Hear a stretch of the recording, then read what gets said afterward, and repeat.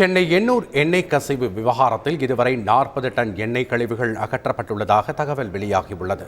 Michaung புயல் காரணமாக எண்ணூரில் உள்ள தொழிற்சாலையில் இருந்து எண்ணெய் கசிவு ஏற்பட்டு குடியிருப்பு பகுதி, பக்கிங்காம் கால்வாய், கொசஸ்தலை ஆறு என கடலில் கடந்ததால் மீனவர்கள் பெரும் பாதிப்புக்கு உள்ளாகியுள்ளனர். இந்த விவகாரத்தில் கடலில் இருந்து எண்ணெயை அகற்ற சுற்றுச்சூழல் துறை, வனத்துறை மற்றும் மாசு கட்டுப்பாட்டு வாரிய அதிகாரிகள் அதிரடி நடவடிக்கை மேற்கொண்டு வருகின்றனர். இந்த நிலையில் இதுவரை 40 டன் எண்ணெய் கழிவுகளை சிபிசிஎல் நிறுவனம் அகற்றியிருப்பதாக சுற்றுச்சூழல் துறை தரப்பில் தகவல் வெளியாகியுள்ளது.